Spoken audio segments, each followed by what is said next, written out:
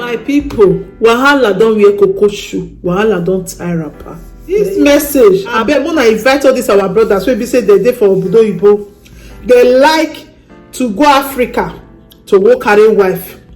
All these our brothers wey dey like to suck the orange and throw away the pee of the ladies wey dey for obodo oyibo. When I share this message to them. Hi everyone, welcome back to this YouTube channel, True Dreams with Lady T. Is your sister, your friend, it's your girl. If this is your first time you just did then get post for YouTube, you just come across this our channel, please consider to hit the subscribe button, click on the notification bell so you will know anytime we put video. Yeah, thank you so much for coming around again and God bless you. For this our channel, na tori now they talk and na pidgin English will take the knock our tori for here. Not just here to talk, but if you share this video, I believe together we go save someone today. This one a very serious message. So this whole story now Cameroon now it for happen. The kind things wey dey happen for Africa country. I'm going to use how they look my own country saying now wow, all Africans will be one, you know. Before I will talk this story, I go talk say this brother self, he even still thank God. Why I say thank God, I will come talk on later. Anyway, the story be say this lady one of the see so where he carried these two children. So this lady they date boyfriend for Cameroon. If they date another Cameroon boy for Dubai.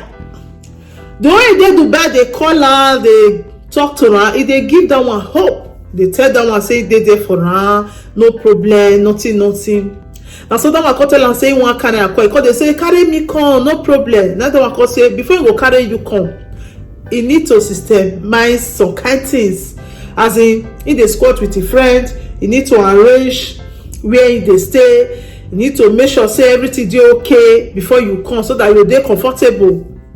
The lady say no problem, I dey there dey wait for you.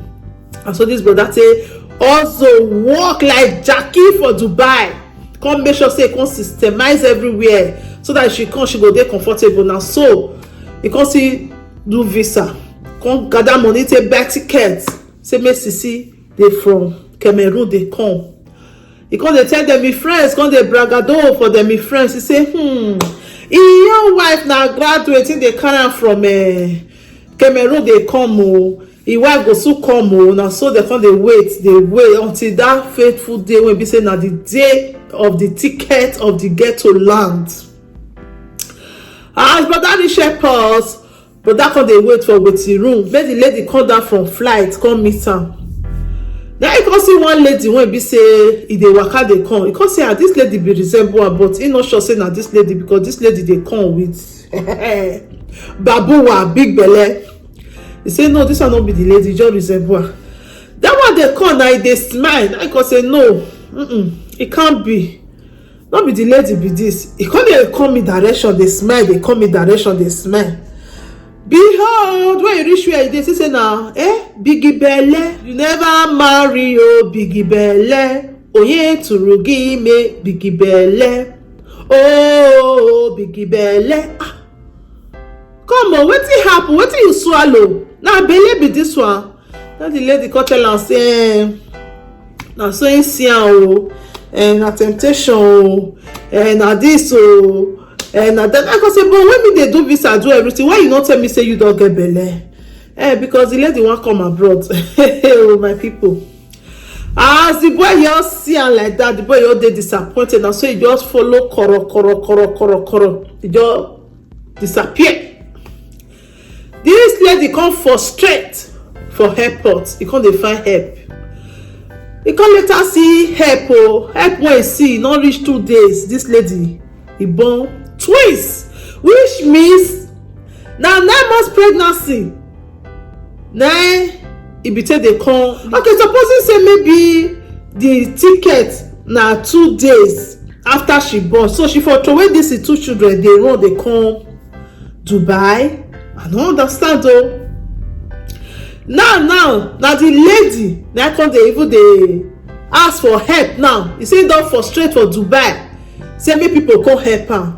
When I listen to the lady, they will come back. I'm minister of Dubai, so I don't frustrate. Papa, I beg, or mommy, I beg, I really need to help them for here.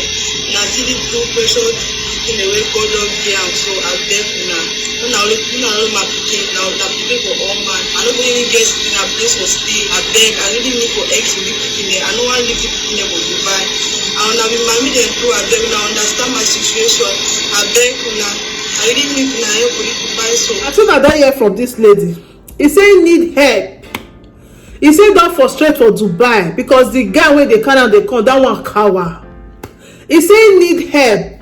Say make people come help am because of the 2 twins wey e be say she born.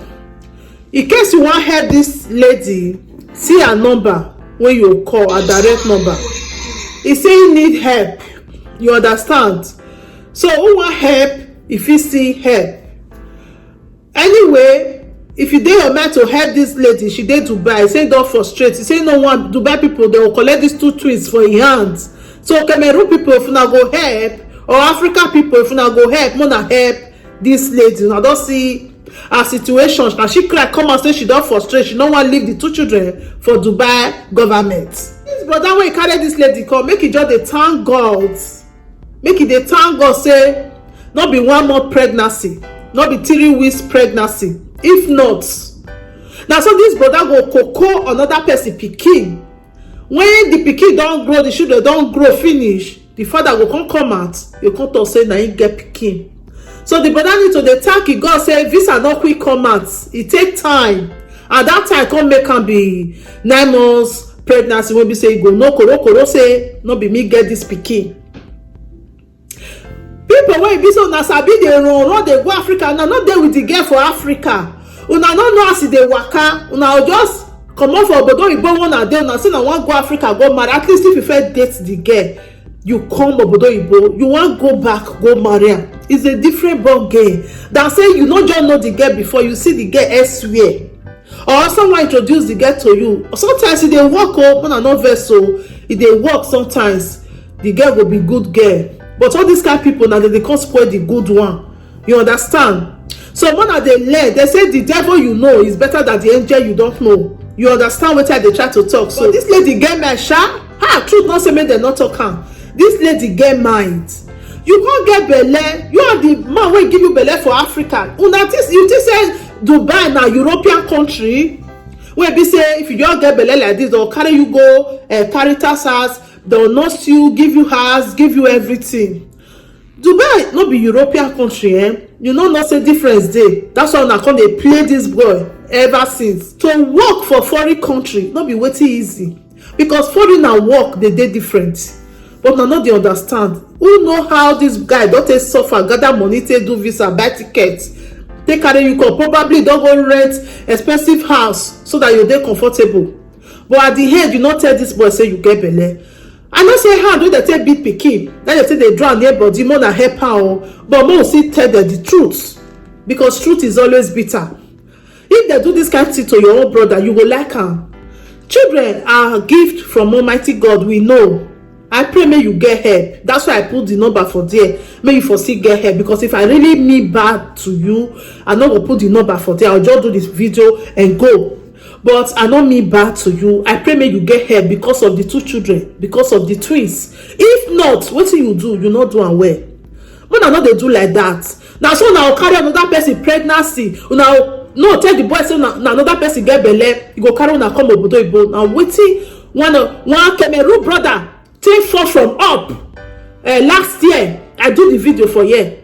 The same twins na the girl carry for belle. That one never born im own. E be like say the pikin the month, e can't use 1 month stay past the month when e take come.